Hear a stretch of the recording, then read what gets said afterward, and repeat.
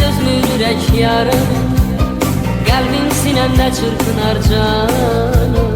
İstər sənin yanında mən qalım, getmə əzizim sevgili yarım. Eşqün məhəbbətlə dolu canım, yaş gözlərindən hey axır yana.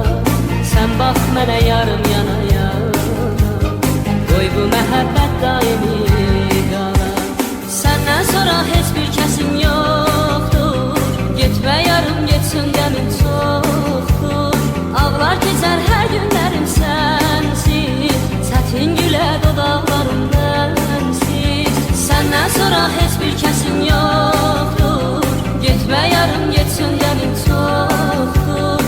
Ağlar keçər hər günlərim sənsiz, çətin gülə dodaqlarım mənsiz. Sən verdiyin güllər solub məndə, qəmli baxışların qaldı səndə. Gəl gəl yarım bir də gülüş gəlsin, mənə gülüş müjdəsini versin. Sənsizliyə dözmür ürək yarım, qəlbim sinəmdə çırpınar canım. İstər sənin yanında mən qalım, getmə əzizim sevgili yarım.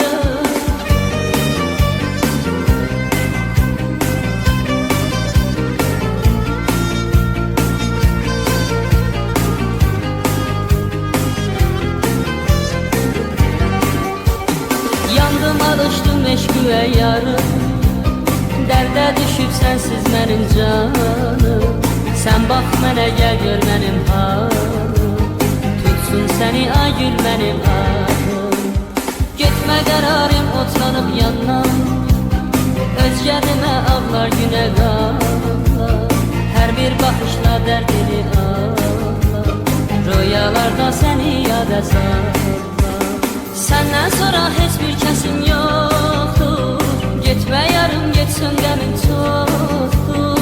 Ağlar keçər hər günlərim sənsiz, çətin gülə dodaqlarım mənsiz. Səndən sonra heç bir kəsim yoxdur, getmə yarım getsin qəmin çoxdur. Ağlar keçər hər günlərim sənsiz, çətin gülə dodaqlarım mənsiz. Sən verdiyin güllər solub məndə, qəmli baxışlarım qaldı səndə. Gəl gəl yarım bir də gülüş gəlsin, mənə gülüş müjdəsini versin.